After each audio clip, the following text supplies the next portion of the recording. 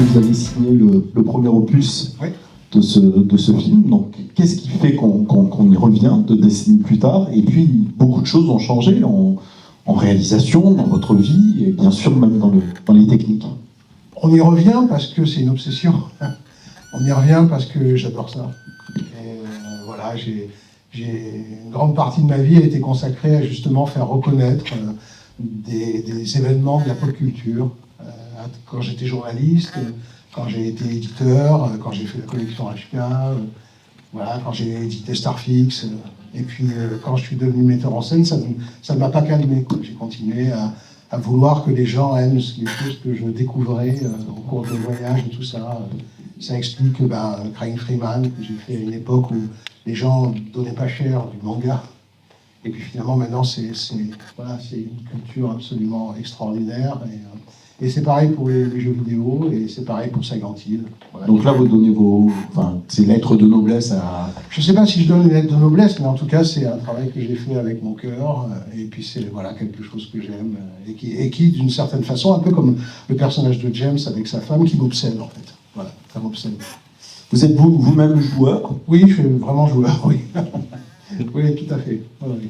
Et alors, évidemment, ce qui est... déjà, dans le jeu, on est obligé de mettre de soi, c'est par principe, c'est un principe de narration. Oui, surtout dans Silent Hill. Dans Silent Hill, on dirige un personnage qui est finalement un peu comme une sorte d'enveloppe, et puis on y met beaucoup de ses émotions et beaucoup de ses affects. Généralement, ce qu'on demande, ce que les personnages demandent dans les jeux vidéo, c'est plutôt notre habilité, notre ruse, mais dans le cas du personnage de James, c'est notre émotion. Et là, alors du coup, quand on imprime sur l'écran, quand on décide pour le joueur, on prend un certain nombre de décisions, même si le film laisse justement beaucoup de place à ce que chacun peut y mettre. On est obligé de faire des choix, des interprétations. Oui, surtout que les gens qui connaissent bien le jeu, ils savent que en fait, c'est un jeu qui se prête à beaucoup d'interprétations. C'est pas un jeu qui raconte quelque chose où on met les points sur les i. C'est constamment il y a constamment des évocations, il y a un pouvoir très comme ça allusif à l'intérieur du jeu, qui fait que pour moi il y a autant d'interprétations de Silent Hill 2 qu'il y a de joueurs qui ont vraiment aimé ce jeu.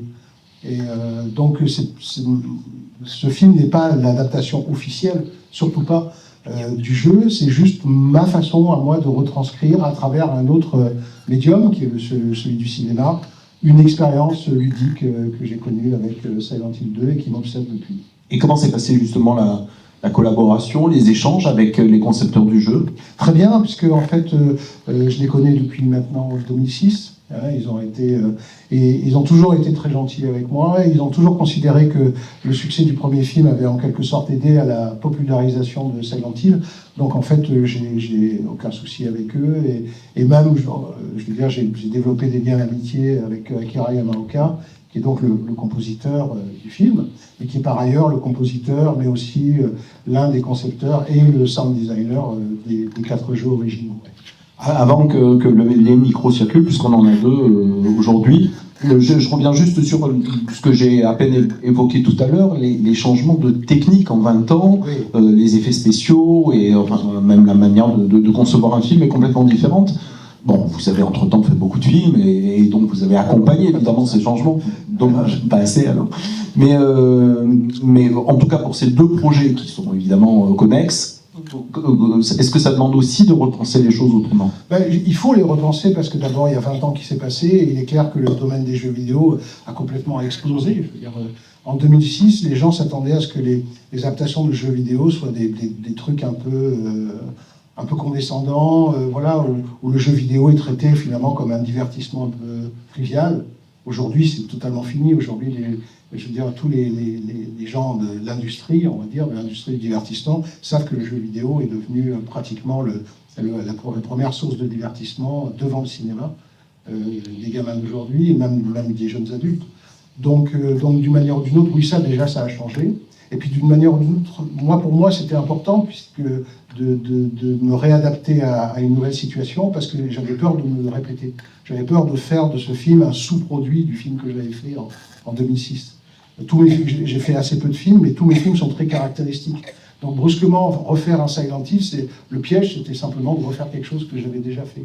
Et heureusement, les 2 décennies qui se sont passées m'ont aidé en fait à faire quelque chose, je pense, assez différent. En plus, ce qui m'intéressait dans le deuxième jeu, c'était le côté hallucinatoire, qu'il n'y avait pas nécessairement dans le premier jeu, qui était la source d'adaptation du premier film. Donc plonger dans quelque chose qui était assez différent en fait du premier film.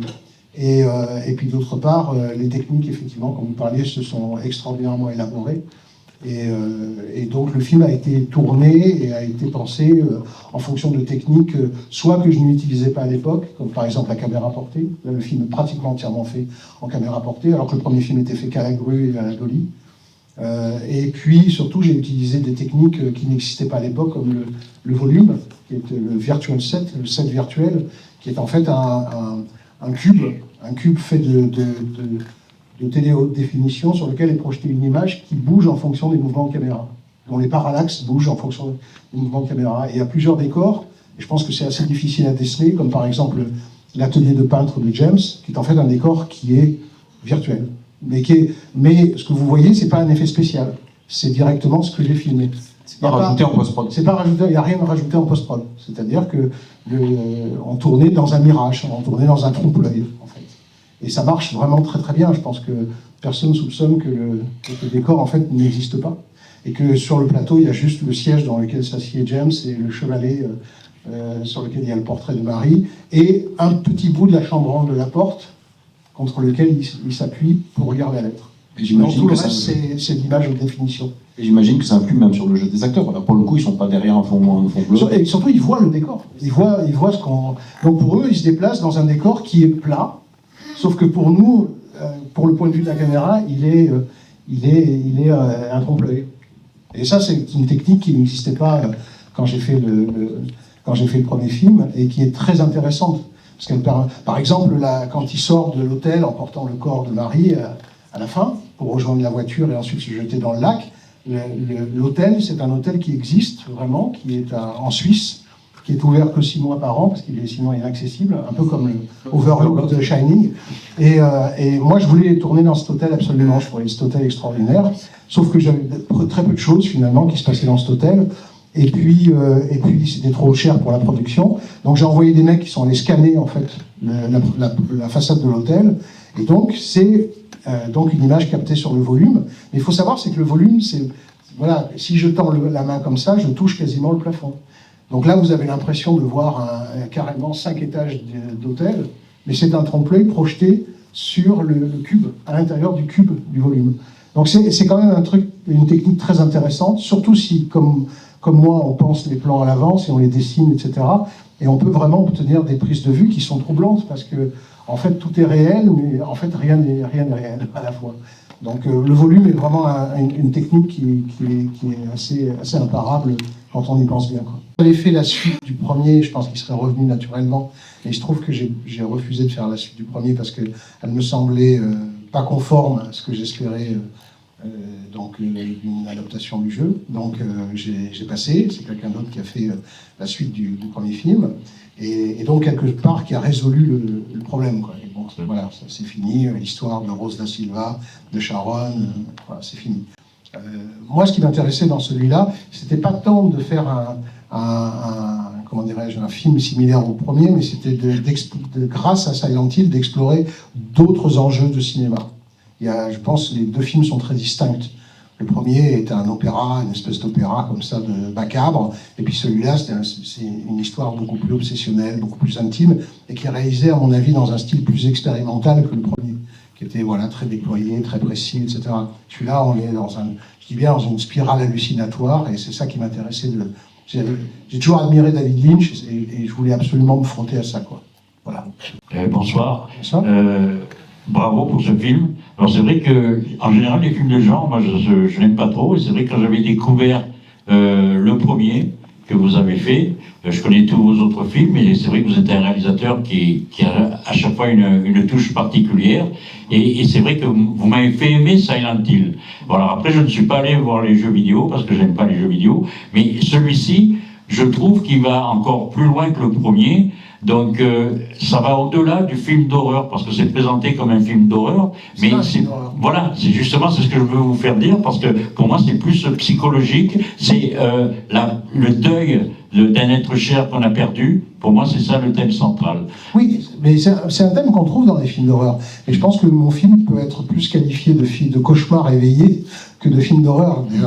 L'horreur est quelque chose qu'on peut définir. C'est la peur d'être amputé, c'est des phobies, c'est des choses voilà mais ce film-là, il tourne plutôt sur les fractures en fait de la psyché qui nous permettent peut-être de créer des univers alternatifs dans lesquels on peut se laisser enfermer, quoi.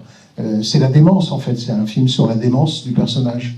Et je trouve que c'est des thèmes qu'on explore parfois dans le cinéma d'horreur, mais qui ne sont pas à proprement parler de l'horreur. Voilà. Récemment, on a vu des films très sophistiqués d'horreur qui, à mon avis, sont très bons, genre Midsommar, Hereditary, The Witch, It Follows, plus récemment encore Substitution, Bring Her Back. Voilà, ça c'est pour moi du grand cinéma d'horreur, au sens où il élève le débat, au sens où on se met à explorer des territoires intimes qui sont encore plus malaisants que le strict film d'horreur avec les jumpscares, où chaque fois il y a une porte qui claque ou un chat qui rentre dans le cadre en miaulant. Voilà, ça pour moi c'est le cinéma d'horreur que j'aime bien aussi par ailleurs, hein, mais qui est pour moi le popcorn movie du samedi soir, sympa. Voilà. Mais là j'essaye moi d'explorer un territoire qui est beaucoup plus différent, quoi. Et je dis bien, c'est pour ça que je citais David Lynch. David Lynch, pour moi, est un grand cinéaste de la terreur, mais c'est une terreur qui est très difficile à définir. Quand on voit Lost Highway, par exemple, c'est un film de terreur, mais c'est très compliqué de dire pourquoi ça nous fait peur. Voilà. Alors j'avais une question juste pour terminer, parce que dans le premier, vous utilisiez pour les créatures des personnages réels et qui se mouvaient, et là vous l'avez fait encore. Oui, pareil, c'est pareil, c'est que d'ailleurs c'est souvent des danseuses, des acrobates, des contorsionnistes. C'est généralement des jeunes femmes d'une vingtaine d'années qui ont été toutes les créatures de ce film, absolument.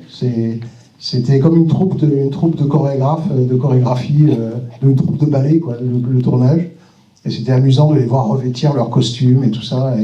Et je pense que ça donne un effet qui est très intéressant. Mais pour moi, au-delà de l'idée d'utiliser des gens qui ont des aptitudes physiques particulières pour interpréter des créatures qui ne bougent pas, évidemment, comme nous, parce que morphologiquement, elles sont très différentes. Et je trouve que c'est quand même intéressant par rapport au sujet du film. Le sujet du film, c'est un type qui croit à ses propres hallucinations, qui s'y enferme d'ailleurs. Donc pour moi, si je m'amusais à faire toutes les créatures en images générées par ordinateur, elle finirait par devenir plus une illusion qu'une hallucination, si vous voyez ce que je veux dire. C'est-à-dire qu'on aurait tendance à les prendre pour des mirages plus que pour des hallucinations. Alors que là, le fait qu'elles soient vraiment sur le plateau et qu'elles soient tangibles leur donne quelque chose de très particulier.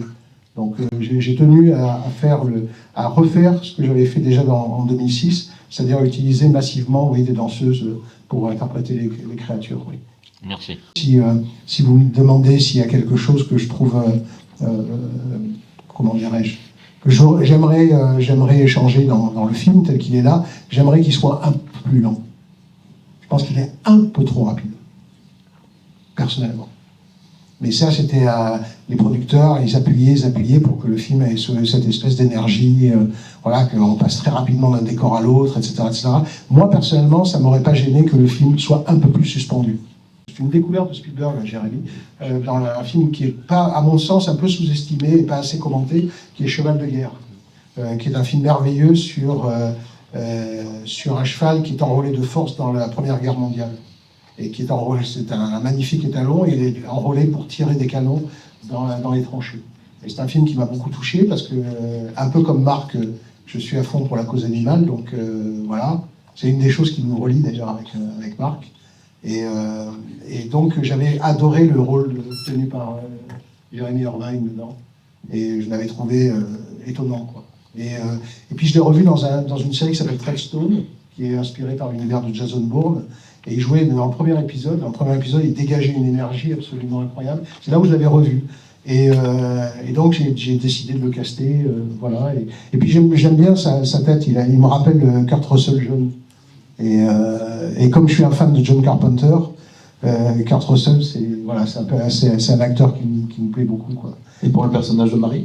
Et pour le personnage de Marie, j'avais vu Anna Emily Anderson dans un film très étonnant qui s'appelle What Keeps You Alive, qui est un film sur une psychopathe lesbienne. Et elle changeait de personnalité à vue. Il y avait des plans séquences où elle prenait plusieurs personnalités. Elle changeait de voix, elle changeait d'attitude. Et j'avais trouvé sa performance absolument incroyable. Et comme je savais que je voulais lui confier 3 rôles au moins, voilà, Angela, Maria et Marie. Donc tout de suite j'ai pensé à elle. Et puis il y avait quelque chose qui me plaisait chez elle, c'est qu'elle avait ce qu'on appelle une beauté nordique, c'est-à-dire en fait une beauté totalement symétrique. C'est-à-dire que, comme vous le savez tous, notre partie gauche du visage n'est pas la même que la partie droite. C'est pas le cas dans Anna, qui est absolument symétrique. Or, les personnages dans les jeux vidéo sont symétriques. Et ils ont une tête qui est parfaite. Et parce que leur partie gauche correspond à la partie droite. Et je trouve qu'elle a ce côté légèrement synthétique qu'on trouve dans les personnages de jeux vidéo. Et pour moi, ça fait partie de l'adaptation. C'est-à-dire, tout en étant une bonne actrice et avec une vraie vitalité et une vraie humanité, je trouve qu'elle a quelque chose d'un peu artificiel et qui, à mon avis, colle avec les personnages de jeux vidéo. Et surtout, quand elle joue Maria, j'ai beaucoup pensé au personnage de Daryl Hannah dans Blade Runner, avec les perruques, le machin. Il y a un plan qui me hante de Blade Runner, qui est le plan où on voit Daryl Hannah avec une petite poupée comme ça qui la balance. Et ce plan pour moi, c'était Maria avant que Maria existe, quoi. Et donc, voilà, c'est ce que j'ai projeté, en tout cas, sur l'interprétation de Anna Emily Anderson. Pendant le Covid, pendant la pandémie et pendant qu'on était confinés, hein, donc j'avais rien à foutre. J'étais dans une maison à la campagne avec mon chat et donc voilà, j'ai écrit c'est le retour à Silent Hill, et j'ai écrit aussi l'adaptation d'un jeu qu'on connaît en France sous le titre de Project Zero, et qui s'appelle le Fatal Frame aux États-Unis, qui est un jeu sur un appareil photo qui permet de photographier les fantômes. Voilà. Donc j'ai aussi ce projet dans ma besace. On a les droits pour le faire. Maintenant, j'espère que voilà, ce projet finira par aboutir. Mais j'ai écrit ces 2 scripts-là à ce moment-là. Je suis un grand fan aussi de Project Zero. Moi, je suis un grand amateur du cinéma muet, et ce que je trouve très beau dans le cinéma muet, c'est que c'est un cinéma qui se passait des dialogues qui étaient pour autant, qui exprimaient ce qu'on devait comprendre des personnages à travers l'atmosphère, à travers les décors, à travers... Voilà, il y a beaucoup de choses, et j'ai toujours essayé de faire ça. Pour moi, je pense que l'atmosphère d'une scène définit mieux que les mots ce que pense un personnage. Parce que je travaille beaucoup l'atmosphère de chaque scène, en fait. On ne peut pas me faire arriver sur une scène et juste faire enquiller un chant contre chant sur 2 acteurs. J'y arrive pas. Pourtant, j'aime le cinéma sobre, hein, j'aime le cinéma de Robert Bresson, mais moi, j'y arrive pas. J'ai besoin qu'il y ait de l'atmosphère, j'ai besoin qu'il y ait des couleurs, j'ai besoin de tout ça. Donc, le film, il est psychologique parce que le jeu, il l'est aussi. Mais c'est une psychologie bizarre, c'est quelque chose qui n'est pas comme ce qu'on entend d'ordinaire du cinéma psychologique. Je pense que c'est un film qui joue sur quelque chose qui tient beaucoup plus du freudisme ou de l'interprétation par Freud ou par Jung que quelque chose d'autre. Je dirais que c'est plus psychanalytique que psychologique comme film.